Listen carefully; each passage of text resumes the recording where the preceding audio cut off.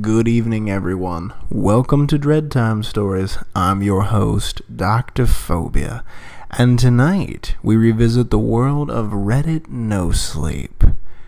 Before we begin, I keep telling myself I'm going to find a new venue for these stories, but every time I say that, I read a story like this one that's just so good I have to narrate it.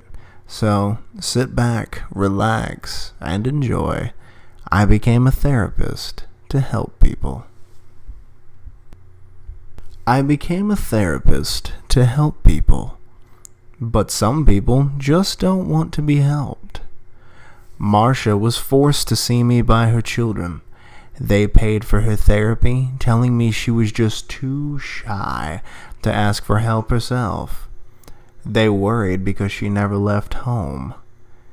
They made Marcia sound like a patron saint who isolated herself out of depression and anxiety, like some pitiful old woman who just needed a friend to talk about knitting.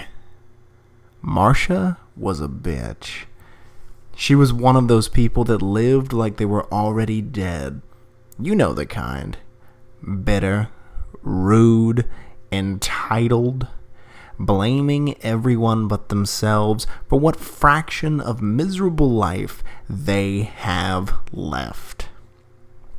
Marcia didn't isolate herself out of loneliness or depression. She truly hated everyone and everything. She did nothing, enjoyed nothing, and never had one positive thing to say. She sneered at my suggestions I made for self-improvement. She insulted me repeatedly. And she even made my receptionist cry and refused to apologize. So one day, I snapped. And I told her if she continued this way, she would die alone. I gave her a riveting speech from the bottom of my soul about the power of positivity. And do you know what Marcia did? She spat on my floor. Marcia wanted to keep living like she was already dead. I suppose that's what made her choking plea, "Please, I don't want to die," so sweet. For a beautiful moment, she appreciated life. I became a therapist to help people, but some people just don't want to be helped. That's why, for people like Marcia, I use more of a hands-on technique.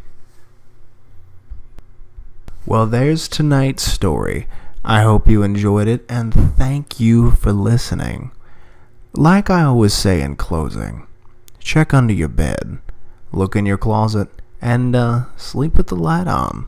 The life you save may very well be your own. Good night, everyone.